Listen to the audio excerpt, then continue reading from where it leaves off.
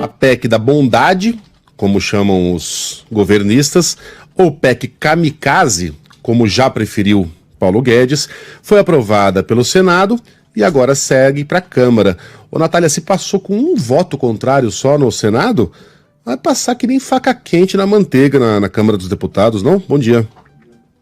Vai passar voando sim, viu, Megali? Bom dia para você, para as meninas e também para quem está nos acompanhando nesta sexta-feira.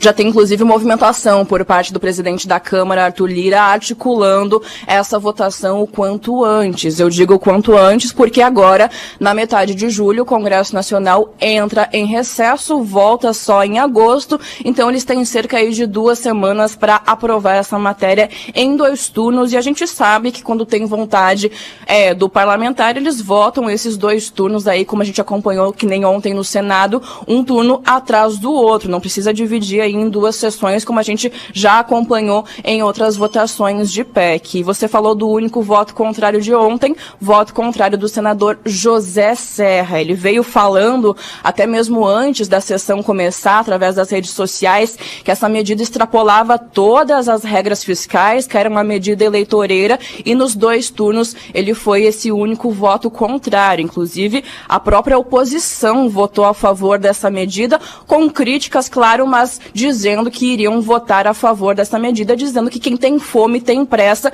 E é claro que a gente não ia acompanhar aí senadores em ano eleitoral, há 3 meses das eleições, votando contrariamente a uma proposta que traz justamente benefícios, amplia benefícios para a população brasileira, como, por exemplo, o Auxílio Brasil. A grande questão é que agora isso vai para a Câmara, a expectativa de que tenhamos, caso aprovado esse texto também pelos deputados, um aumento dos gastos dos cofres públicos da União de cerca de 41 bilhões de reais, crédito extraordinário fora do teto de gastos até dezembro deste ano. E vale a gente ressaltar essa questão de dezembro deste ano. Esse valor, além desse valor de 41 bi em crédito extraordinário, todas as medidas propostas também, se aprovadas, vão ter essa vigência até dezembro. A gente destaca o Auxílio Brasil, subindo aí dos atuais 400 para 600 reais, a criação de um voucher caminhoneiro no valor de R$1.000, também o Vale Gás dos atuais 50, 53 reais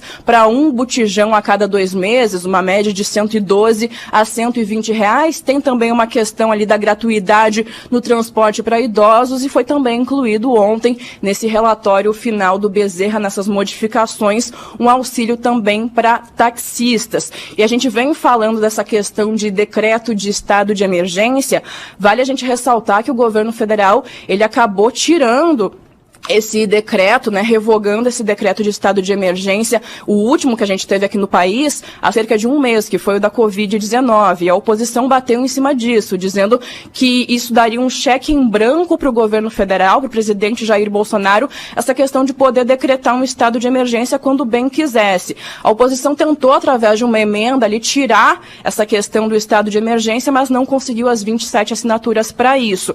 E por que a gente destaca essa questão do estado de emergência? Porque é a única maneira para viabilizar esse tipo de projeto, esse tipo de PEC com benefícios em um ano eleitoral. Porque a lei das eleições proíbe a criação de benefícios em ano eleitoral, até mesmo uma tentativa de evitar palanque político. Tem toda uma regra que precisa ser cumprida em ano de eleição. Então é bem provável aí que nos próximos dias a gente veja essa articulação mais forte por parte de Arthur Lira e essa votação quase que a jato na Câmara dos Deputados. Vai passar mais rápido do que as suas férias, Megali. Vai passar o pessoal tá dizendo. Mais rápido que o Sonic, mais rápido que o Usain Bolt.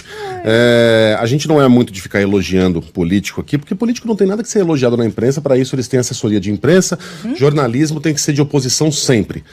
Desconfie do jornalista que fica elogiando gratuitamente político. O nosso trabalho não é esse, a gente tem que estar sempre apontando o dedo para os erros do homem público, homem e mulher. Vou abrir uma exceção aqui, pelas circunstâncias, para o Serra, porque o Serra foi o único senador que demonstrou alguma fibra moral na votação de ontem.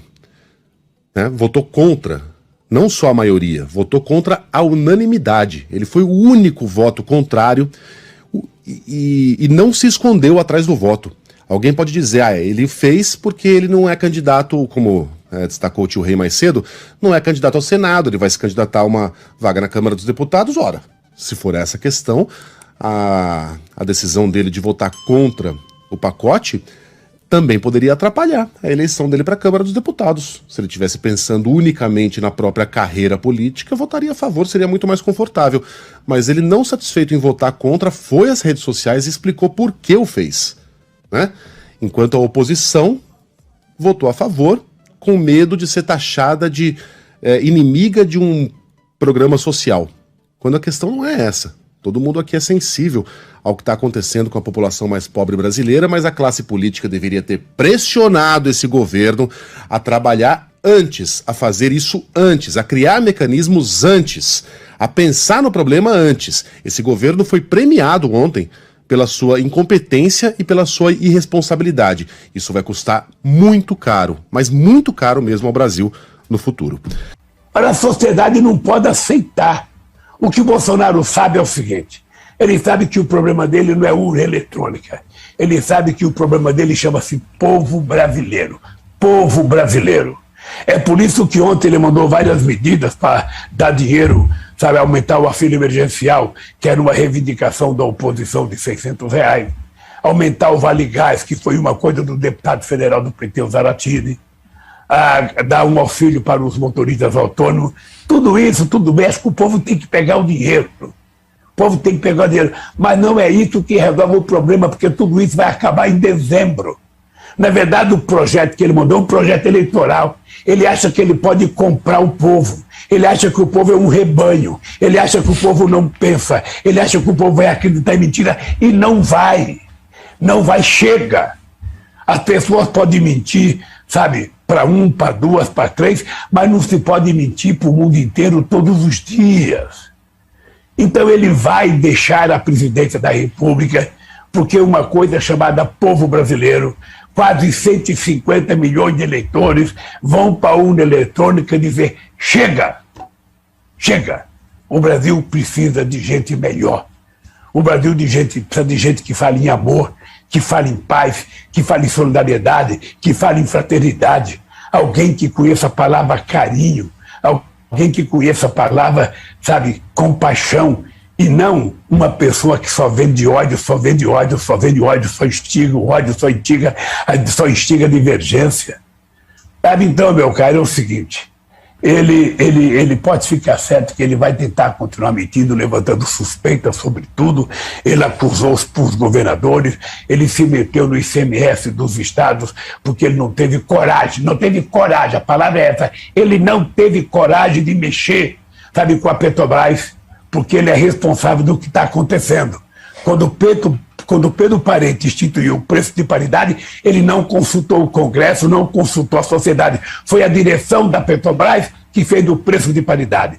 Portanto, para mudar isso, o presidente poderia fazer, o presidente da Petrobras poderia fazer, o conselho da Petrobras poderia fazer.